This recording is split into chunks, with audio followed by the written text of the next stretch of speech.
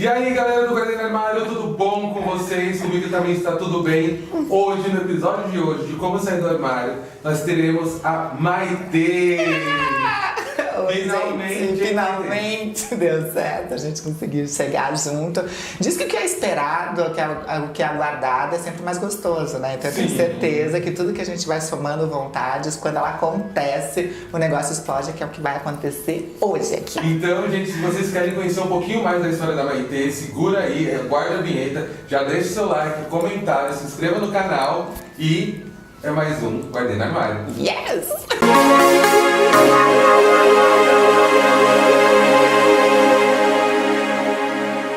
Então, Maitê, muito obrigado por ter aceitado o convite. Na verdade, esse convite foi feito, gente, há muito tempo atrás, há quase 2 anos atrás. Foi. E finalmente a gente conseguiu. Maitê, primeiramente, mil desculpas por demorar tanto, mas valeu a pena, né? Valeu. A gente tá só começando ainda, né? Vai valer muito mais a pena. Hoje você pode perguntar qualquer coisa. Hoje não tem mistério, não tem segredo, eu sou toda tua. Enfim, hoje eu quero não só guardar no armário, eu quero extravasar todas as questões, então tô dentro. Maitê, então fala pra mim onde você nasceu, com quem, como é que foi a sua infância? Eu nasci há muito tempo atrás, né? 1972, né? Eu tenho 47 anos, em Curitiba. Eu tive uma infância muito privilegiada em Curitiba, né? De pais, de irmãos, de famílias, até entender que essa tal diversidade que hoje faz parte muito presente da minha vida e de maneira positiva seria um problema. Né? Desde cedo, aos 6 anos, eu já percebi que essa tal diversidade ia ser alguma coisa ruim nessa Samuca. Você me disse uma idade de 6 anos. O que aconteceu com 6 anos de idade? Você começou a perceber que era diferente das outras pessoas. Foi bem cedo, né? Eu tava passando do prézinho, né? Na minha época só tinha primeiro e segundo grau. E daí, quando eu tava passando primeiro pra entrar na parte séria do colégio, tudo, as pessoas, os amiguinhos e amiguinhas daquela época começaram a bater palma, me chamar de Mariquinha. Eu não sabia o que era Mariquinha, não tinha, que nem eu falei, internet, a gente não dava uma busca lá, um Google. E começaram a ver pessoas de outras turmas e começaram a bater palma, me chamar de Mariquinha. A inspetora veio muito brava, eu não entendi porquê. Começou a mandar todo mundo pra sala de aula. E eu achei que era um título, né? Porque eram os amigos e amigas daquela época, achei que era uma coisa super boa ser Mariquinha. E contei isso, inclusive, pro meu pai e pro meu irmão, né? Eu tenho um irmão mais velho, Guilherme, minha irmã mais nova, Sabrina, só do meio. E os 3 fizeram o mesmo colégio e eu contei como é que tinha sido o meu dia. E achando que ia arrasar, assim, aquelas coisas de irmãos, né? Que os irmãos pegam e começam a tentar uma competição de quem teve o dia mais Power Ranger do mundo. E eu contei do meu, achando que ia ser um sucesso, e não foi. Meu pai perguntou, o que você fez? Eu falei, pai, eu girei, pai, porque eu sou a Mariquinha do Colégio Bom Jesus. E ele me explicou o que era Mariquinha. Ele e meu irmão mais velho sabiam o que era ser Mariquinha. E que eu vi que não era um título, né? Então, desde cedo eu percebi que ser diferente estava num lugar muito de não entendimento, de não enquadramento, de não pertencimento, né? Por mais que eu tentasse me enquadrar imitando e não sabia do porquê, que eu gostava de brincar muito mais com a minha irmã, com as coisas da minha irmã, do universo dito feminino, do que com as coisas do meu irmão, e porque eu não conseguia ser que nem ele, foi um momento de muita tormenta, né? Que fez com que 14 anos eu tentasse a primeira vez suicídio, e depois aos 16 a segunda vez, né? Aos 14 anos, acho que dos 6 aos 14 foi todo esse período ali de você tentar se adaptar. Exato. Só que houve um mundo interno, né? Para que você chegasse aos 14 anos e tentasse a primeira vez o suicídio, acredito que não foi somente as coisas externas, né? O que aconteceu internamente é que você começou a perceber que talvez a única solução fosse aquela saída. Então, eu não lembro exatamente o que aconteceu, eu acho que eu até acabei apagando uma série de coisas, assim, eu lembro através de contagens que minha irmã conta, eles têm uma memória afetiva muito mais presente do que a minha. E eu fiz a vida inteira esse colégio, que é um colégio franciscano lá em Curitiba, né, que se chama Colégio Bom Jesus. Junto com os meus irmãos. E dentro desse colégio franciscano a gente tinha um lado religioso muito forte, né? Então a religião para mim sempre foi algo muito presente, assim, né? E me culpava muito também por conta da religião. Eu lembro que os professores de religião ainda chegavam e, tipo, falavam aquelas coisas aqueles capítulos direcionados, assim, pra mim, tipo, olha, não dormirás com outro homem, não seja afeminado. Então, ele citava esses capítulos parecendo que era pra mim. Eu olhava e falava assim, gente, mas por que Deus me fez assim? Por que eu sou desse jeito? Isso não tá certo. Por que eu penso dessa maneira? E não tinha um nome, né? Por que eu tô muito mais pendente do lado da minha irmã, né? E ainda paralelo a tudo isso ainda veio a questão de adolescência, então a questão hormonal, e daí minha irmã teve a primeira menstruação e eu não tive, mesmo sendo mais velha. Eu falava, ixi, as coisas são como meu pai disse, e por que eu não consigo? É que eu não me sentia gay, na verdade, né? Em nenhum momento eu sentia que eu era um homem que gostava de outro homem. Quando eu era mais jovem, eu achava que era igualzinha a minha irmã, né? Que a gente era muito parecida, que a gente gostava das mesmas coisas, tinha as mesmas referências. A adolescência me levou nesse outro lugar. Ao mesmo tempo, eu não tinha desejo nem por menino, nem por menina, até porque durante um tempo eu achei até que eu tinha uma vocação religiosa, que, enfim, né? Que eu tinha essa predestinação religiosa, mas não foi o caso. Tanto que meu primeiro relacionamento sexual fui ter a primeira vez com 18 anos de idade, né? Que daí que eu comecei, depois dessas 2 tentativas de suicídio, ir para hormônios, etc. Porque a gente foi procurar na segunda tentativa de suicídio psicanalistas, né? E psicólogos, e onde eu escutei a primeira vez a palavra transexualismo, né? Depois da primeira e a segunda tentativa, seus pais mudaram a forma como eles tratavam você? Eles começaram a tomar mais cuidado com a sua saúde mental e procurar soluções, muitas coisas que a gente tem que verbalizar. Você chegou a verbalizar para eles antes de tudo isso? Eu não verbalizava, eram ações só, né? Até porque eu não sabia o que verbalizar, né? Não tinha muito a ser explicado, porque eu não conseguia entender do porquê aconteciam essas diferenças e porque eu tinha esses sentimentos na minha vida, né? Então, é difícil você conseguir verbalizar algo que você não consegue projetar e entender dentro de você. Era um turbilhão de coisas, né? Era um vórtice que ficava um furacão dentro de mim, e de sentimentos, de culpas, de medos, e que eu não conseguia expressar porque eu não entendia por que estava acontecendo aquilo comigo, né? Foi difícil para eles, difícil para mim que não sabia expressar, difícil para eles que perguntavam o que está acontecendo e eu falava não sei, e era um não sei muito verdadeiro, não era um não sei com vergonha de dizer ou com medo da reação deles. Porque eu cheguei num psicólogo, ele falou da questão de transexualismo, depois de uma série de conversas e consultas terapêuticas que a gente teve, houve um pouco de paz, porque eu falei, gente, então o que eu sinto é real, não é uma loucura da minha cabeça, né? Porque eu me sentia sempre um ET, uma pessoa fora de qualquer tipo de enquadramento. E daí, quando ele falou isso, ele falou, olha, 1 a cada 200 mil passa isso que você tá passando. Eu falava assim, nossa, em Curitiba deve ter umas 10. Eu não sei onde elas estão, mas deve ter umas 10 que nem eu, né? Eu falava, gente, né? Eu posso estar andando, eu andava na rua e ficava, será que essa pessoa será que não sei o quê? Eu ficava olhando tudo isso, tentando achar alguém para poder conversar, alguém que me explicasse, inclusive, com mais experiência, o que ela sentia, como ela sentia.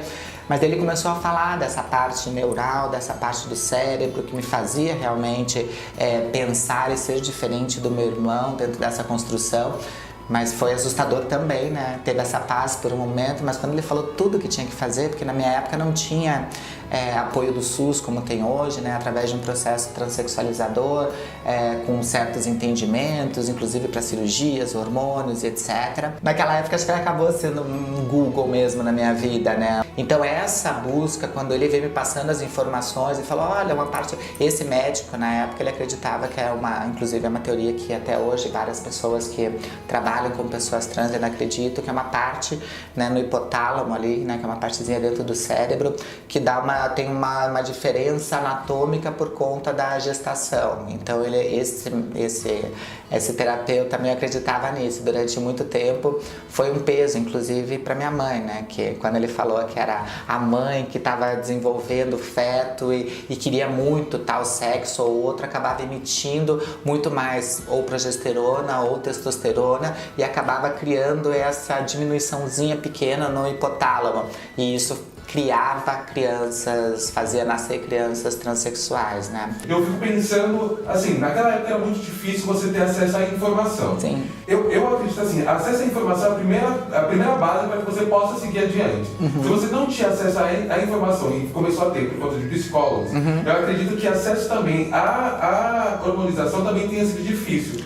Como que você chegou até ela e como que você chegou até as primeiras cirurgias? Quando eu comecei, daí que ele falou isso com 16 anos, então pra mim foi um susto toda essa situação, né? Não foi tipo, então tem um nome e ao mesmo tempo agora a gente segue um caminho, né? Porque era tudo feito fora do Brasil, era tudo muito caro. E eu fiquei dos 16 aos 18 naquilo, vou, não vou, quero, não quero. Eu pedia pra ele até, eu falei, isso é uma coisa no cérebro, então vamos operar o cérebro, ajeitar esse tal de hipotálamo pra eu ser Alexandre, já que tá tudo certo. E quando ele falou que seriam hormônios quando eu começasse, que seriam pra vida inteira, que esse processo de cirurgias iam ser também pra vida toda e que eram feitas só fora do Brasil e eram muito caras e custosas, aquilo foi, sabe, eu fui me encolhendo de novo e falei, não, eu quero ser Alexandre, tá tudo certo, vamos fazer isso dar certo. Aos 18 anos é que eu percebo que isso não ia dar certo e que eu tinha que começar. E comecei de um jeito certo, porque meu pai desde cedo falou, você vai tomar hormônio, vamos fazer um plano de saúde pra você ir. E eu comecei a tomar hormônio, né? Só que eles davam, por não ter um protocolo, não saberem como fazer e como agir, em doses muito pequenas, ou seja, demorava demais. E daí, lógico, né, eu tinha essas amigas que você falou, de sair, de ir na só tinha uma danceteria, e a gente chamava de GLS ainda, na nossa época era gays, lésbicas e simpatizantes, né? Não tinha LGBTQI+, não tinha nada disso, né? E daí a gente ia lá e comecei a conhecer várias travestis, enfim, e daí eu falava, gente, mas eu me sinto igual a ela, mas eu não quero sair, me vestir que nem ela, sair às vezes com cara e ser ativa. Eu levava um susto e falei, não, você é menina, e não sei o que, falou, mas não tem nada a ver, e não sei o que, eu falava assim, não, então foram mitos que eu fui criando na minha cabeça, porque eu falei, tá, então você era menininha, agora você é menininha, então você necessariamente vai gostar de menina. Ela falou, não, eu gosto de mulher também. Eu falei, não, mas você é uma menina que gosta de mulher. Então foi tanto as coisas que eu fui quebrando com o tempo, mas que no começo era muito binária a minha mente, né, dentro dessa construção era muito binária, né. Eu não tinha relação de amizade nenhuma com o meu corpo, era uma relação muito de ódio, de aversão, de não entender porque meu corpo não seguia o caminho, né? Porque depois que eu comecei esse processo com terapia, tudo, eu fiquei 10 anos dentro de um processo, já estava com o laudo há 10 anos dizendo que eu era uma transexual, seguindo o F64, que é um código que existe dentro do Código Internacional de Doenças do CID, e que o caminho para mim era a cirurgia de reafirmação. Nessa época já haviam feito cirurgias aqui em São Paulo, mas ainda era em caráter experimental, então era só em hospitais universitários. Mas ainda era distante, porque você tinha que fazer o acompanhamento em São Paulo, então não tinha como ficar vindo para esse acompanhamento que era semanal. E daí, lógico, aos 29 anos, isso já estava na internet, já tinha criado o site Casa da Maitê, e já estava um portal com muitas informações, com muitos articulistas, pessoas tirando dúvidas, etc. Eu fui pesquisar na internet, né? E como tirar o testículo, porque pra mim os testículos eram aquelas fabricazinhas malditas de testosterona e eu queria acabar com essa testosterona no meu corpo para até tentar diminuir os hormônios femininos que eu tomava, tudo. E eu estudei na internet, eu falei, deve ser super fácil de fazer, estudei durante 6 meses e fui numa casa de produtos médicos, comprei bisturi, fio de sutura, comprei anestesia de dentista, tudo, e comecei o que os médicos chamam de uma orquiectomia, né, que é quando você tira os testículos. Eu fui fazer sozinha em casa e lógico que deu errado. Segundo corte, eu já fui acordar na Santa Casa de Misericórdia lá de Curitiba. Não deu certo a cirurgia, até se achou que era uma outra tentativa de suicídio e, né, eu preferi não falar nem o que eu fui fazer. Eu falei assim, não, vou me internar como uma louca. E não desisti dessa ideia. Conversando com umas amigas minhas na internet, elas me falaram que no Paraguai tinha uma clínica médica que, levando os laudos médicos, eles faziam gratuitamente. Depois de 1 ano dessa cirurgia que eu fiz para retirar os testículos sozinha, eu embarquei para o Paraguai e lá foi o início de todas as cirurgias médicas, né? Que Só que o médico não era um médico mesmo, né? Não sei o que aconteceu, era um lugar super limpo. Eu falo Paraguai, as pessoas ficam achando, nossa, foi no muquifo, não sei o que. Não, era um lugar super. Eu já tinha estudado esses 6 meses na internet, então eles falavam as terminologias, eu ia acompanhando, mas a cirurgia foi muito, era pra ficar 2 horas, eu fiquei 8 horas aberta em posição ginecológica, tudo, porque eu tive 2 desmaios. Ele no meio não queria fazer, mas eu falei, você vai fazer. Porque se você não fizer, eu mesma vou tirar, porque eu não volto pra Curitiba desse jeito. Então, eu insisti pro médico fazer, pressionando de maneira não muito legal. Inclusive, ele fez a cirurgia, ele disse que era para ficar repousando, ficar pelo menos uma semana lá no Paraguai. E eu falei, não posso, eu tenho que voltar para Curitiba, ninguém sabe da minha viagem, etc. E voltei, que eram 12 horas de viagem de Foz do Iguaçu até Curitiba, e sem já os testículos, sem nada, né? Um ficou lá no Paraguai, o outro eu vinha amassando na viagem, 12 horas amassando o outro testículo dentro, e com 3 drenos na bolsa escrotal. E ele me ensinou como tirar os drenos, como fazer tudo isso, e tava tudo indo super tranquilamente, até que quando eu fui tirar os drenos em casa, o negócio começou a encher, parecia que eu tava com elefantias ali naquela parte do testículo, e eu falei, putz, né? Quando aquele negócio começou a encher, eu não conseguia fechar mais a perna dessa situação de infecção que tava com risco, inclusive, de um início de infecção. E ele chegou e, tipo, olha, pai, aconteceu isso. Ele falou, olha, ele não falava, tipo, olha que burrada, não sei o que pessoa idiota que você foi. Ele falava, vamos ver o que a gente pode fazer em cima disso que você fez, né? Então, é muito louco isso, né? Então foi eu, meu irmão, todo mundo pro hospital. E lá que eu soube daí que esse médico tinha feito errado, usou fio de sutura errado, tirou coisas que não precisava ter mexido, de epidídimo, de terminações dentro para ter feito a retirada do testículo. Usou fios que não eram absorvidos pelo organismo, enfim, uma série de erros. Na primeira que eu fiz, inclusive, para fazer o canal da vagina, que foi em São José do Rio Preto, minha mãe foi junto, né? A gente ficou 10 dias lá e ela foi a primeira pessoa que viu a cirurgia, porque você volta da cirurgia cheia de tampões, de amarras, de coisas assim, você não vê o resultado da cirurgia. E ela falou, mas eu vi, não sei o que, eu tô aqui, que prazer estar no teu segundo nascimento, né?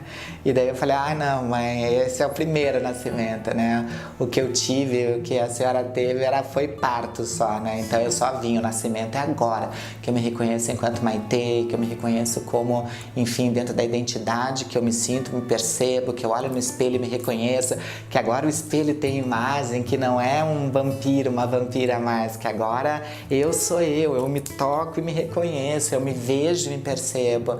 Isso não tem preço, né? E foi muito incrível, né? Para ficar tudo pronto e tudo tá como tá hoje, né? Então eu nunca achei que seria a última cirurgia. Quando aconteceu a última cirurgia, eu não estava esperando que ela fosse a última.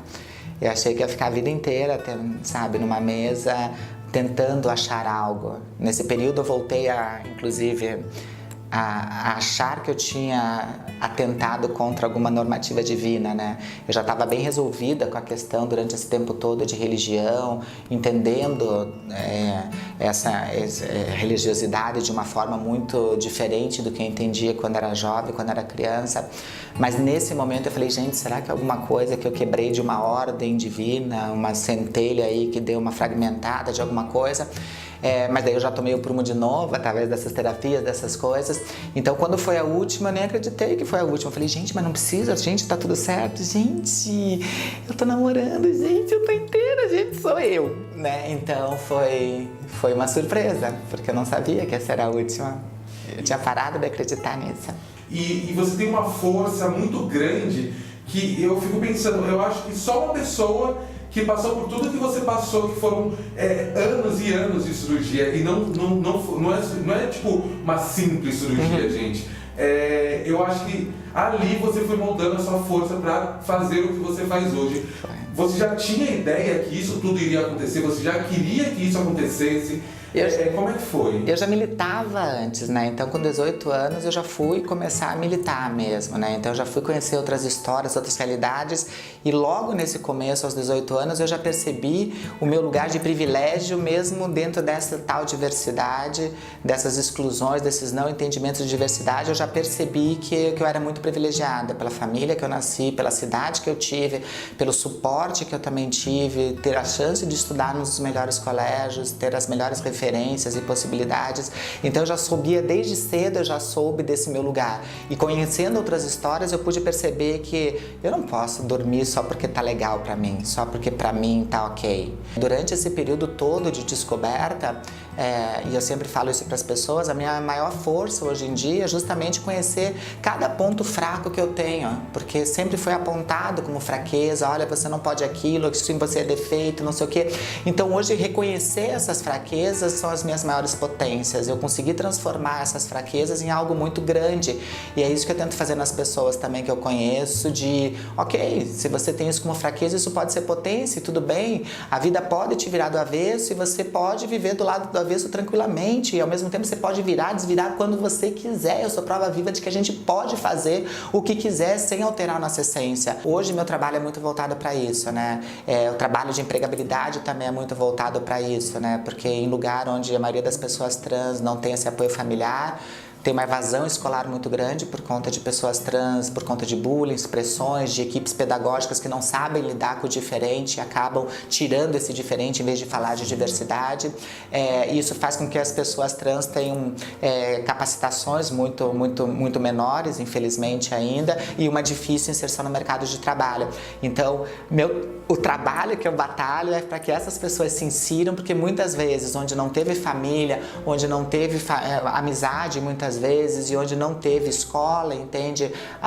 O papel dessa responsabilidade social do corporativo, das empresas, tem sido extremamente humano. Humanizar essas empresas. Hoje a gente trabalha com, nesses 5 anos, a gente foi de 3 empresas no começo para 327 empresas hoje em dia, e tem sido humanizar, tem sido mostrar que uma marca, um serviço é feito por pessoas manualmente, gente construindo e gente consumindo essa marca, esses produtos. Esquecer do fator humano, esquecer do fator gente, né? Mais em épocas de inteligência artificial, é muito desumano e cruel.